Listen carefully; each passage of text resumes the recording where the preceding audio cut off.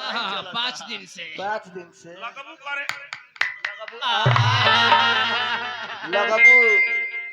घिरनाई पारे हती चुकी बा अरे चुके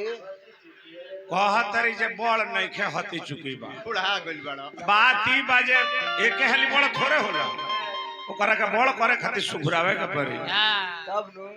तब न होई जी मनावे के पड़ी करत करत अभ्यास ते जड़मति हो सुजान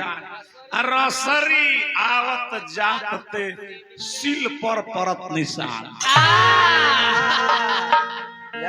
व्यास जी कौनी है 45 मिनट हमारा घड़ी में करेक्ट 1 बजता 45 मिनट गायब हम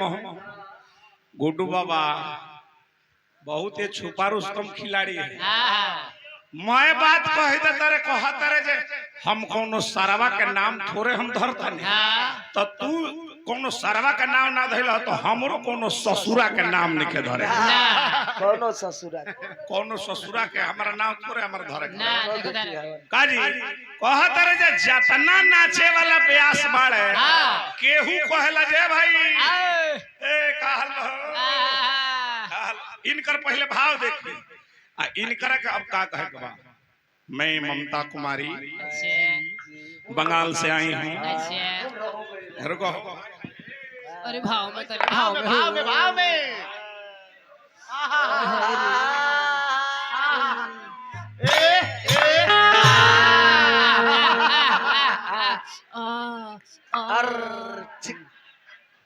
इनकर पहले भाव देखी बात की वजह होई त मैं हने के खत्म बनू झड़ गइल बात बाजे उम्र भइल 56 साल 56 साल आजे से हमने के देखत नहीं जे बाप रे बाप ई है तन देह तक मछिया ई मैं काम जतना बा मैं काम जानी जे फोकाटे प डुप्लीकेट हम ब्यास नीचे से खत्म आई नचनिया ऊपर से खत्म बाप रे बाप तो गमछी के बलिहारी कह के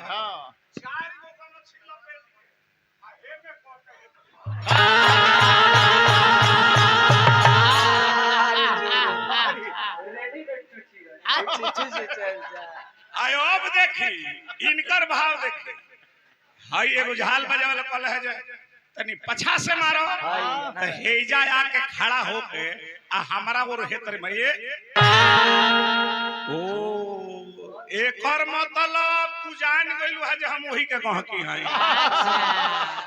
हरावा समय के बुझाइल ह ओकर कहना में है रहल है जे ओ में ना है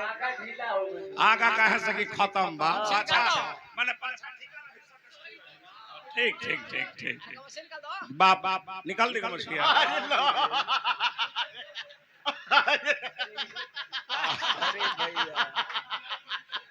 हे भगवान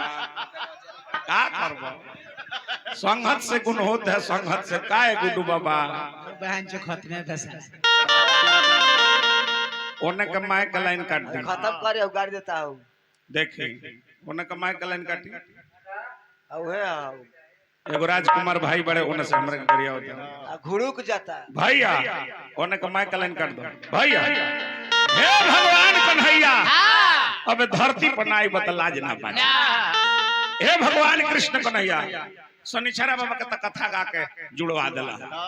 ऐसा तक कथा हम जीवन में ना सुन रहे हैं शनिचरा बाबा के धन्य है शनिचरा बाबा धन्य हरे